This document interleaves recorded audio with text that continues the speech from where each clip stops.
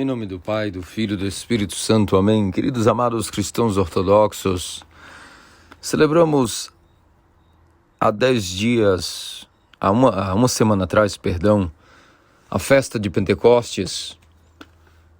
E 10 dias antes dessa festa, havíamos celebrado a ascensão de nosso Senhor e Deus Salvador Jesus Cristo. 50 dias antes, a Santa Páscoa do Senhor. E hoje, um domingo após a festa do Pentecostes, celebramos o domingo dedicado a todos os santos. No domingo de Pentecostes, havíamos celebrado exatamente toda a graça do Espírito Santo que foi enviada por nosso Senhor e Deus Salvador Jesus Cristo. O Espírito Santo, que procede do Pai e enviado pelo Filho, desceu sobre a Santa Igreja, a noiva de Cristo, onde os apóstolos e cerca de 120 pessoas receberam visivelmente a graça do Espírito Santo, todos os dons que Deus tem por natureza, a igreja recebeu por graça.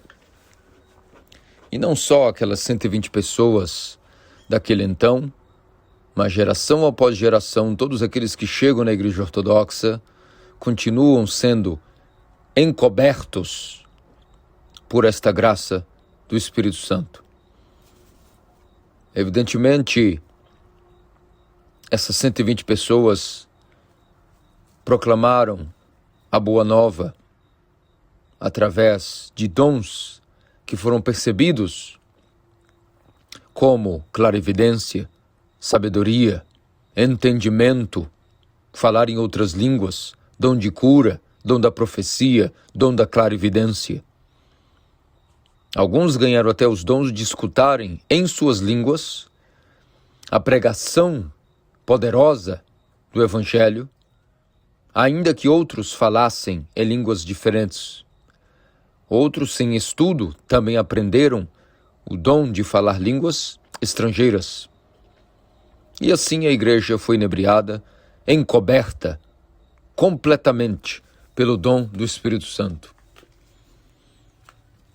E geração após geração, todos aqueles que estão dentro da igreja, dentro do corpo de Cristo, sua noiva, também são dotados dos mesmos dons que Deus tem em sua natureza. Todos aqueles que chegam na igreja ortodoxa e são enxertados dentro do corpo de Cristo, também possuem os mesmos dons. E a igreja passa a ser, portanto, detenedora do Espírito Santo e uma fábrica de santidade. Uma fábrica de santos, porque possuem os dons de Deus. E os dons que a igreja possui, uma vez que agora é uma fábrica de salvação, ou seja, uma fábrica de pessoas santas, porque salvar-se significa, antes de tudo, tornar-se santo, já nesta vida, aqui e agora. E esta fábrica de santidade,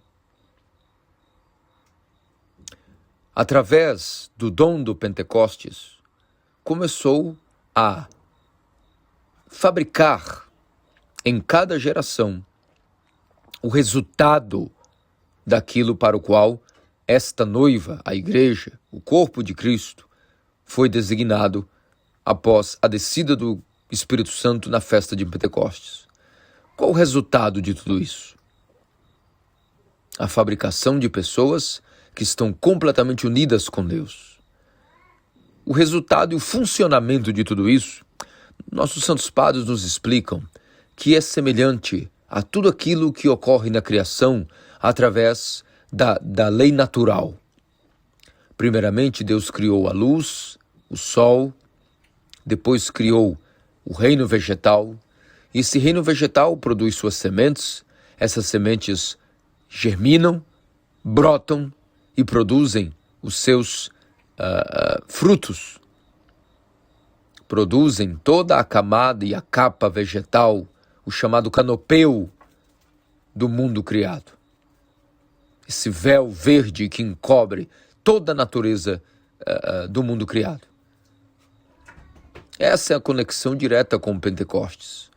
Uma vez que a graça do Espírito Santo encobriu a igreja, agora ela funciona como se fosse a graça do Pentecostes, funciona da mesma forma que a fotossíntese, que é a maior força do universo. Claro, depois da graça incriada de Deus, a fotossíntese é o meio pelo qual a vida, ou seja, os seres criados e viventes, numa cadeia, podem se desenvolver. Essa cadeia começa na luz, a luz faz com que as sementes possam germinar, e essas sementes se espalham, e no final geram suas plantas, suas gramíneas, seus frutos. E depois há a época respectiva para a colheita, seja a colheita de pasto, seja a colheita de frutos, mas a verdade é que nesta cadeia, ao final, temos uma época de colheita. Colheita seja para que os animais herbívoros estejam nutridos, gordos, finalizados e bem acabados para o consumo do predador final, ou simplesmente a colheita daquilo que são os infinitos frutos, os grãos e tudo aquilo que vem justamente da luz, da absorção dessa luz pelo reino vegetal e a produção desses frutos que chegarão à idade de colheita, a era da colheita. Uma vez que a noiva de Cristo, através do Pentecostes, foi semeada por Deus através do Espírito Santo, o agente comunicador das energias incriadas. Uma vez que embanhada e encoberta por a graça do Espírito Santo, que é o comunicador da graça de Deus incriada para o mundo criado, a Igreja Ortodoxa, a noiva de Cristo, começou a possuir uma semeadura tão abundante que o mundo não consegue nem ver, nem escutar e nem perceber que ocorreu essa semeadura e quais são os frutos dela, qual o funcionamento dela. Isto está tão para além do mundo que o mundo não consegue ver, nem ouvir, nem perceber todo o fenômeno que ocorre dentro da igreja, iluminada pelo sol que é Cristo, sua noiva, pela graça do Espírito Santo. E ela foi semeada.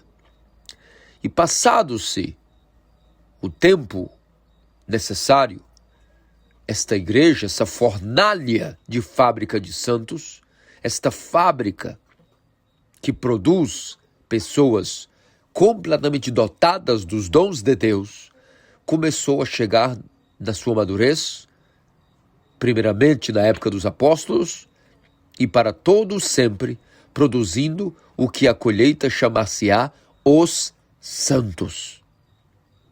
E a Igreja Ortodoxa, portanto, é uma fábrica de santos.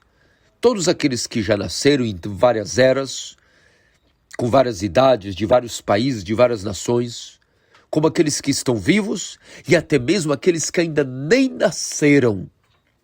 Eis que a igreja, de maneira ininterrupta, está produzindo santos até o fim dos tempos. E essa graça do Espírito Santo está responsável, portanto, de ter produzido frutos dignos de colheita aos santos, de estar mantendo vivos e sendo produzidos os santos de nossa geração. E agora mesmo ela também já está produzindo os santos que ainda nem nasceram e que nós não os conhecemos. E para que se tenha ideia, portanto, do que significou a graça de Pentecostes, o que foi essa semeadura e agora essa colheita, nós temos que entender que toda igreja que não produz santos não é uma igreja, e a igreja, por definição, tem como objetivo a colheita de santos. Mas o que é um santo, por definição? Um santo é aquele que tornou-se uma carruagem de Deus. uma carruagem de Cristo, um portador de Deus, um portador de Cristo, através da graça do Espírito Santo. São Macário o Grande nos diz em suas homilias ascéticas que muitas vezes nós olhamos os céus, contemplamos os céus e vemos quão ilimitados são os céus, a vastidão, e nos inebriamos imaginando como pode ser que tamanhas foram essas maravilhas que nosso Deus planejou, gerou, chamados os céus. E todo ser humano que contempla os céus fica completamente perplexo com a sua vastidão, com a sua tendência ao infinito, e automaticamente imaginamos, como disse São Macário, de que não há lugar mais apropriado para que Deus possa habitar, mais aconchegante para Deus do que os céus. Entretanto, não é assim. Não são os céus o lugar mais apropriado para Deus e que Ele criou para que pudesse vir a habitar. Segundo São Macário Grande, a alma humana é o altar mais apropriado para Deus e o local onde Ele mais se compraz em estar. Porque os altares de cada igreja permanecem sempre altares. O tempo passa e pode ser que permaneçam ou não permaneçam, sejam eles de madeira, de mármore, altares permanecem altares. Mas dentro da alma de cada ser humano existe um altar no mais profundo de cada alma humana. Existe um altar. E este lugar secreto é o lugar onde Deus mais aprecia e se compraz em estar. O mais profundo do coração do homem é o local para o qual Deus criou, desde que fabricou Adão, do pó, do humus, da terra, das cinzas, e o deu vida com o sopro de sua boca, e através do Pentecostes propiciou que esta natureza humana criada pudesse se conectar com o incriado através da graça deificante do Espírito Santo que nos deifica, como vemos a cada divina liturgia, que somos partícipes da natureza divina através do dom, do sacramento, do mistério da Eucaristia, participando diretamente da natureza divina através dos santíssimos e preciosíssimos corpo e sangue de nosso Senhor e Deus Salvador Jesus Cristo. E isso é possível, que existe esse sacramento e que nós nos conectemos com a graça incriada, uma vez que somos criados. O incriado é totalmente unido ao incriado através da graça do Pentecostes. E com isso, o coração do homem, se continuamente limpo, higienizado, com todo o asseio, onde as impurezas, a sujeira, o pó é removido, fazendo disso uma analogia ao pecado, à iniquidade, às nossas paixões, uma vez que o coração é limpo desse pó, dessa sujeira, dessas malícias, então o coração do homem torna-se o receptáculo mais agradável a Deus, muito mais que os céus ou os altares das igrejas. Assim nos explica São Macário o Grande. A única coisa que nos impede de que isso ocorra é a nossa própria vontade, ou a nossa má vontade, não vontade, de que isso possa ocorrer. Ou seja, a única coisa que impede que a graça do Espírito Santo atue naqueles que são conectados com Deus, através do batismo, através da Santa Igreja Ortodoxa, pela graça do Pentecostes, o único obstáculo que resta é a nossa própria má vontade ou falta de vontade de que essa limpeza do nosso coração possa ocorrer. Porque a verdadeira vocação do homem é unicamente unir-se totalmente com Deus, sendo uma carruagem de Cristo, uma carruagem de Deus, um templo do Espírito Santo onde Deus gosta, quer e deseja vir habitar. Como ele prometeu e disse no seu evangelho, eis que eu e meu Pai viremos e faremos nele, ou seja, naquele que cumpre a vontade do Pai, faremos nele nossa morada. O cumprimento dos mandamentos ou não cumprimento dos mandamentos é a única coisa que impede ou facilita a total união com Deus. Após a graça do Pentecostes, onde nós somos comunicados com a graça do Espírito Santo e somos enxertados dentro do corpo de Cristo, não há nada mais que possa nos impedir de concluir a nossa união total com Deus, a nossa teoses, ou seja, a nossa deificação. Porque uma vez que somos agora enxertados em Cristo, através dos mistérios do sacerdócio, temos o acesso ao batismo. E no batismo, a natureza de Adão passa a ser despida e passa a ser agora vestida totalmente de Cristo. E passamos a participar de sua morte e ressurreição através do batismo. E uma vez que isso ocorre, que essa graça é dada a nós, de sermos partícipes violentamente da força explosiva da ressurreição, as trevas, os demônios, as paixões, todas nos temem. A única coisa que pode impedir que a união com Deus ocorra gradativamente, conforme nos limpamos e limpamos o nosso coração, é a nossa vontade ou má vontade.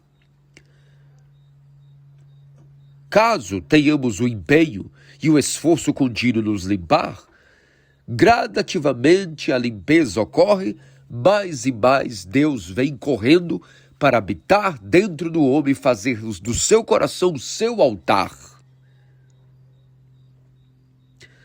E, portanto, não há nada, nem o demônio, nem a morte, nem as trevas podem impedir que isso efetivamente ocorra, a não ser a nossa própria deficiência da nossa vontade. Isso sempre ocorreu dentro da Igreja Ortodoxa, ocorre e sempre ocorrerá, desde que enquanto nos mantemos obedientes aos mandamentos e fiéis, sobretudo, ao ensinamento dos apóstolos. A Igreja, como noiva de Cristo, recebeu todos esses dons que agora explico e se manterá nestes dons sempre quando se mantenha fiel a este noivado com Cristo. E como é que a Igreja se mantém fiel a esse noivado com Cristo, onde recebeu todos esses dons de seu noivo? Desde que, enquanto se mantenha fiel aos ensinamentos dos apóstolos. E em cada geração deve se manter, portanto, fiel ao que a geração anterior deixou como os ensinamentos apostólicos, sem pôr nem tirar nada. E onde a Igreja Ortodoxa se mantém assim fiel, ela se mantém dotada da graça de Deus.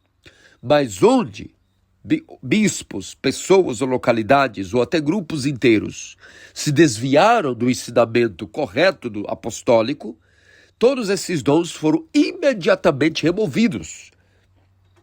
Pois esta noiva agora, se não se manteve fiel, não é mais uma noiva de Cristo. E é claro que a Igreja, que é una, sempre se mantém fiel e se manterá até o fim. E os poderes das trevas jamais prevalecerão sobre a Igreja. Porém, alguns de seus membros, como um corpo, como um braço doente, um fígado com câncer, deve ser automaticamente tratado, ou se não tem tratamento, precisa ser rapidamente removido, senão o corpo pode vir a óbito. Assim também a noiva de Cristo sempre cortará imediatamente através de seus anátemas, ou seja, a separação total de Deus significa anátema. Assim, todo aquele que não se permanece fiel ao ensinamento apostólico é removido totalmente da igreja significa separado de Deus, porque a única maneira de nos unirmos com Deus nesta vida é através da igreja ortodoxa, de sua noiva. Podemos pensar, mentalizar, de criar emoções psíquicas, segundo o nosso entendimento, que não, que Deus está em todo lugar, estamos aptos a Ele, onde quer que estejamos, mas isso são meras imaginações e conjecturas. Cada um pode pensar o que quiser e cada pescoço tem a sua cabeça. Mas a verdade é esta que vos estou afirmando, desta festa maravilhosa, onde comemoramos a reunião de todos esses santos, a reunião dessa colheita, desses frutos maravilhosos, que a graça do Espírito Santo chegou à maturidade da colheita. Todos que já foram colhidos, os que estão sendo fabricados para serem colhidos e os que ainda nem germinaram, mas nascerão e também serão colhidos. Esse é o papel da igreja, essa é a nossa única vocação, sermos santos através da fidelidade ao ensinamento apostólico dentro da igreja ortodoxa e obediente, individualmente falando, em todos os mandamentos. Conforme vamos dando a nossa vontade, a força, o esforço diário de sermos fiéis aos mandamentos, mais o nosso coração será limpo e mais Deus vem habitar. Cada centímetro que seja puro, Deus ali já correu para habitar. E quanto mais nos ganhamos espaço no nosso coração para limpá-lo e purificá-lo das impurezas, das imundícies, Deus vai ganhando espaço dentro dele até que ele se torna todo de Deus e Deus ocupa todo o nosso coração. E isso é a definição de um santo. E para isso nós temos várias homens, mulheres, que nos deixaram como exemplos motivacionais, reais, de como, sendo pessoas da mesma carne e do mesmo osso que nós mesmos, foram capazes de vencerem suas paixões, limparem seus corações e chegarem àquilo que é a união total com Deus. Em vários contextos, em várias gerações, em vários países, essas pessoas provaram que a Igreja Ortodoxa, agora detenedora da graça do Espírito Santo, é uma fábrica de santidade, uma fornalha que forja santos e que não há nenhum obstáculo, por mais grande, complexo que seja, que não possa ser vencido por esses filhos de Adão, de carne e osso, igual a nós, mas que, obedientes aos mandamentos, foram transformando suas vontades, ou seja, constrangendo suas vontades, para não fazerem a vontade do demônio, do inimigo de nossa salvação, nem tampouco suas próprias vontades, mas fazerem unicamente a vontade de Deus. Pois o único impedimento a eles já não era mais o demônio, nem a morte, nem as trevas, porque uma vez batizados foram revestidos de Cristo e que ganharam os dons. A força de santidade é dada a todo batizado. E essa força vai para as profundezas dos poderes espirituais de alma de cada cristão ortodoxo. Agora, desembrulhar esses dons e liberá-los é a parcela de vontade de cada um de nós, ou da nossa má vontade ou falta de vontade de se apropriar e desembrulhar esses dons. Mas tivemos exemplos, por isso que hoje comemoramos justamente após o Pentecostes a sinaxe, ou seja, a reunião, a assembleia de todos esses homens e mulheres, os que já nasceram, os que estão vivos e os que ainda não nasceram, que deram exemplo, estão dando exemplo e nos darão exemplo de como transformar e constranger a nossa vontade para fazer a vontade de Deus. E fazendo a vontade de Deus no cumprimento dos mandamentos, chegar à plena união com Deus, sendo feitos carruagens de Deus, portadores de Cristo, teóforos, ou seja, pessoas em que Deus vem morar. A conexão total, através da graça do Espírito Santo, do criado com o incriado, do mortal e passageiro com o eterno, de tal maneira que o mortal e passageiro tornar-se-á eterno pela participação da natureza divina. Vivo eternamente. Assim, são os santos. E essas pessoas não eram alienígenas, não eram de outros planetas, não eram de outra natureza, de DNA que é mais complexo e diferente do que o nosso, negativo. Pessoas comuns, que muitas vezes possuíam paixões piores que as nossas e que sofreram talvez muito mais para vencer suas paixões do que nós estamos ou até sofreremos, do que estamos sofrendo ou sofreremos. Às vezes nós romantizamos muito a biografia dos santos porque lemos os seus grandes feitos, as suas façanhas, o resultado da batalha. Mas muitas vezes, devido até a uma questão didática, não há tempo de escrita e ocasião para que se registre cada pensamento, cada luta, cada paixão que cada santo venceu. Mas a verdade é que muito provavelmente essas pessoas tinham paixões até piores que as nossas. E nós cristãos ortodoxos não somos melhores do que ninguém, não somos melhores que os demais seres humanos, muitas vezes somos até piores que os demais seres humanos fora da igreja, mas por algum motivo a providência de Deus, sabe-se lá por quê, o que viu, por que providenciou que nós estivéssemos escalados para esse mesmo batalhão, essa mesma esquadria de santos. Porque se estamos aqui e se chegamos ao batismo, significa que Deus nos colocou no caminho único, que é a nossa única vocação, o único estilo de vida que sobrou para nós, o único objetivo e profissão que nós temos agora é sermos santos.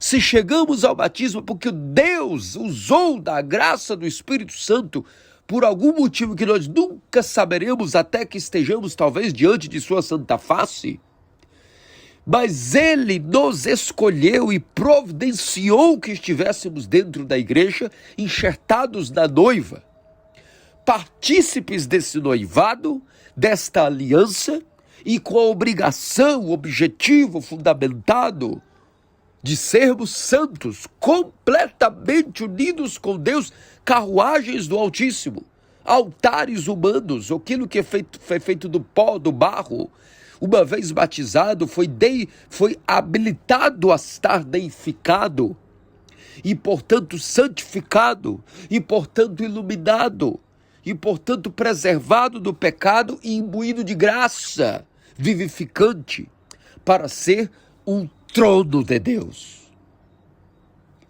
E a única coisa que poderá vir impedir isso é a nossa má vontade, a nossa falta de vontade de realizar tudo isso. E quando nós temos uma má vontade, o que pode vir a acontecer é aquela grande tragédia da parábola do casamento, onde a nossa veste batismal passou a estar tão suja, tão irreconhecível, que passando o funcionário olhou e disse: como entraste aqui sem essa veste? Mas a verdade é que a pessoa não estava sem a veste. Ela havia sujado tanto a sua veste que essa veste estava irreconhecível e passava a parecer outra veste. E o que foi dito? Retire-se daqui, porque ninguém pode ficar na festa de casamento sem a veste apropriada. Assim, lastimosamente, caso cheguemos a ajustar contas com Deus e a veste batismal esteja irreconhecível, seja suja, rasgada, mal cheirosa, devido aos nossos pecados, não porque nós não tivéssemos força para vencê-los, porque nós não quisemos remover a sujeira antes do tempo determinado que é a nossa vida. Quando alguém percebe que sujou a veste diante de um festival, essa pessoa precisa correr rápido ao mestre-sala, ou alguém pedir, preciso rapidamente de limpeza, de alguém que tire essa mancha, por favor, chame o mestre-sala, será que não é um especialista para que remova, para que enxague rapidamente essa parte que está manchada, para que quando eu esteja no salão, não esteja mal apresentado e o dono da festa venha e me expulse. Assim temos os nossos sacerdotes, os quais são os responsáveis de cuidarem, de pastorearem esse povo que foi eleito como sacerdócio real, linhagem santa, povo escolhido, o povo de Israel dentro da igreja ortodoxa. O novo Israel com seus israelitas no Novo Testamento, os que são batizados em Cristo, revestidos de Cristo.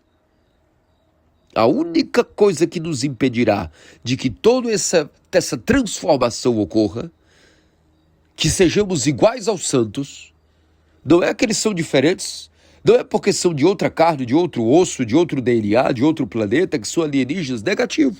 É só a nossa má vontade. Mas temos deles inspirações, exemplos, champions, de como podemos vencer cada circunstância nossa também. Porque se eles venceram, tendo a mesma natureza caída de Adão, tendo paixões piores que as nossas, como é que nós não vamos vencer? Que tipo de desculpa vamos dar se não chegarmos diante do trono do Altíssimo, da comunhão dos santos, com a veste limpa? Tendo recebido todos esses dons, todas essas ferramentas de santificação, a confissão, o arrependimento, a única coisa que será computada a nós será culpa. Culpa de não termos desejado sermos santos. E aí estaremos fadados à geena. Porque todas as ferramentas que os santos receberam em seus batismos e usaram e se habilitaram a serem santos, nós, de maneira igualitária, também recebemos as mesmas ferramentas. Só não usa quem não quer. As ferramentas não são inutilizadas, os remédios não são que não fazem efeito. Não é que o tratamento e a terapia não têm validez. É que falta vontade em nós. Mas se nós damos um pequeno esforço diário,